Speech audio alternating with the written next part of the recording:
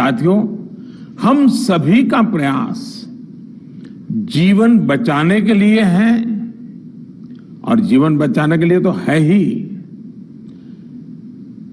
प्रयास से भी ये है कि आर्थिक गतिविधियां और आजीविका कम से कम प्रभावित हो। प्रयास का तरीका यही रखा जाए। वैक्सीनेशन को 18 वर्ष की आयु के ऊपर के लोगों के लिए ओपन करने से शहरों में जो हमारे वर्कफोर्स है उसे तेजी से वैक्सीन उपलब्ध होगी। राज्यों और केंद्र सरकार के प्रयासों से श्रमिकों को भी तेजी से वैक्सीन मिलने लगेगी। मेरा राज्य प्रशासन से आग्रह है कि वो श्रमिकों का भरोसा जगाए रखे।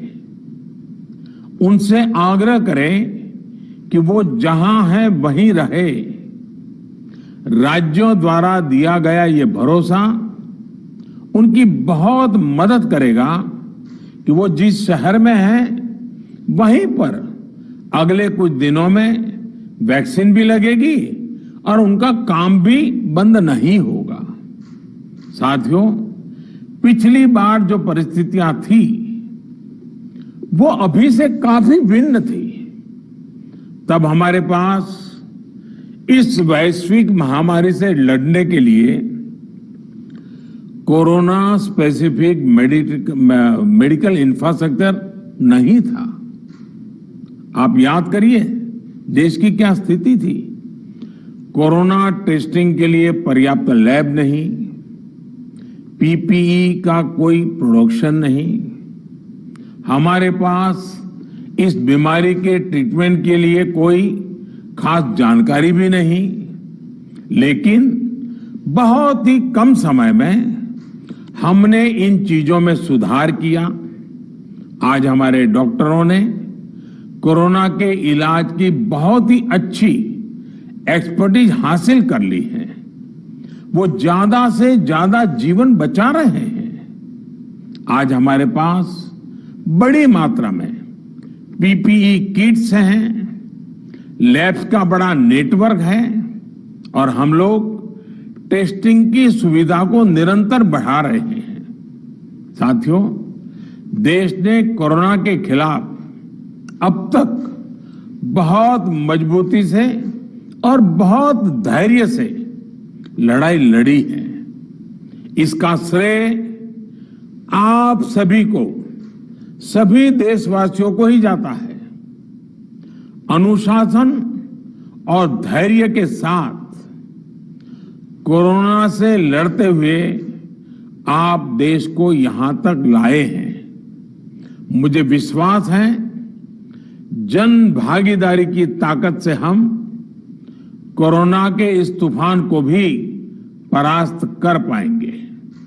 आज हम अपने चारों ओर देख रहे हैं कि कैसे कई लोग, कई सामाजिक संस्थाएं जरूरतमंदों तक मदद पहुंचाने में दिन रात जुटे हैं। दवाई पहुंचाना हो, खाने या रहने की व्यवस्था करनी हो, लोग पूरे मनोयोग के साथ काम कर रहे हैं। मैं इन सभी के सेवा भाव को आदरपूर्वक नमन करता हूं और देशवासियों से अपील करता हूं कि अधिक से अधिक मात्रा में इस संकट की घड़ी में देशवासी आगे आएं और जरूरतमंदों तक मदद पहुंचाएं। समाज के पुरुषार्थ और सेवा के संकल्प से ही हम ये लड़ाई जीत पाएंगे। मेरा युवा साथियों से अनुरोध है कि वो अपने सोसाइटी में, मोहल्ले में, अपार्टमेंट्स में छोटी छोटी कमेटियां बनाकर कोविड अनुशासन पालन करवाने में मदद करें।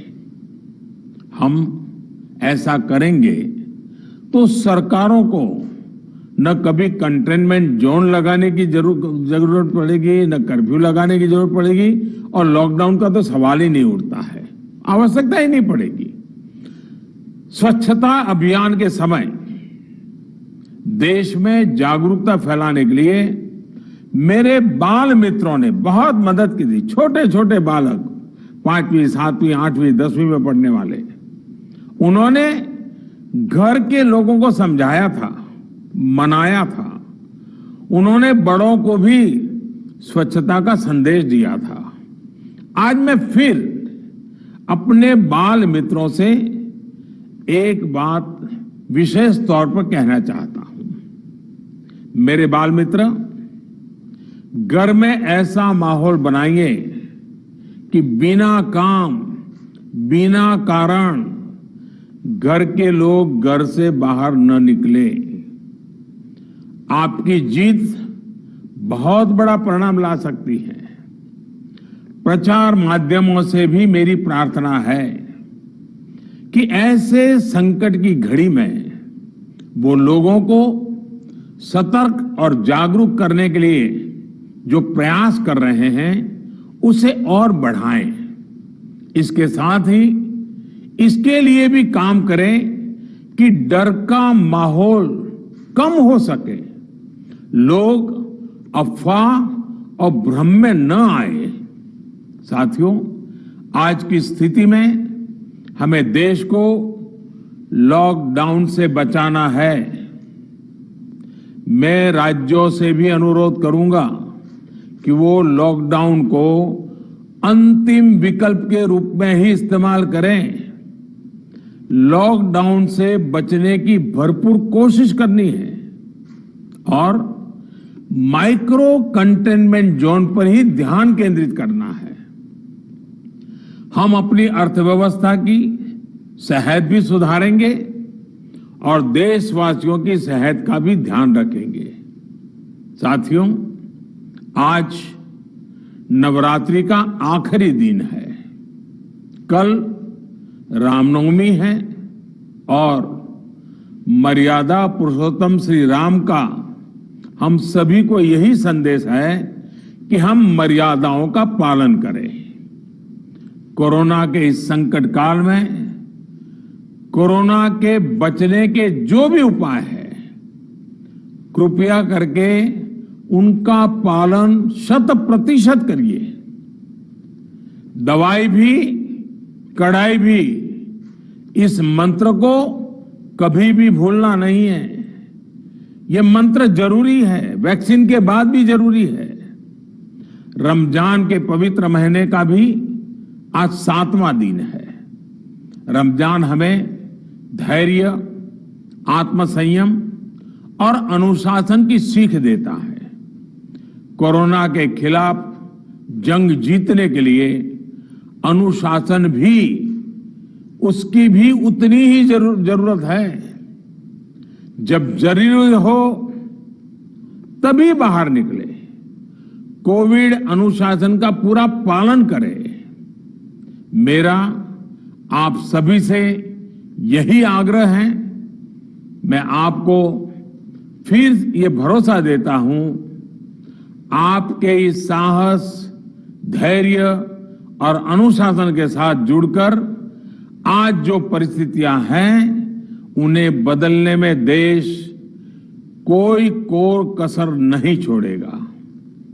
आप सभी स्वस्थ रहें, आपका परिवार स्वस्थ रहे, इसी कामना के साथ मैं अपनी बात समाप्त करता हूं। आपका बहुत बहुत धन्यवाद।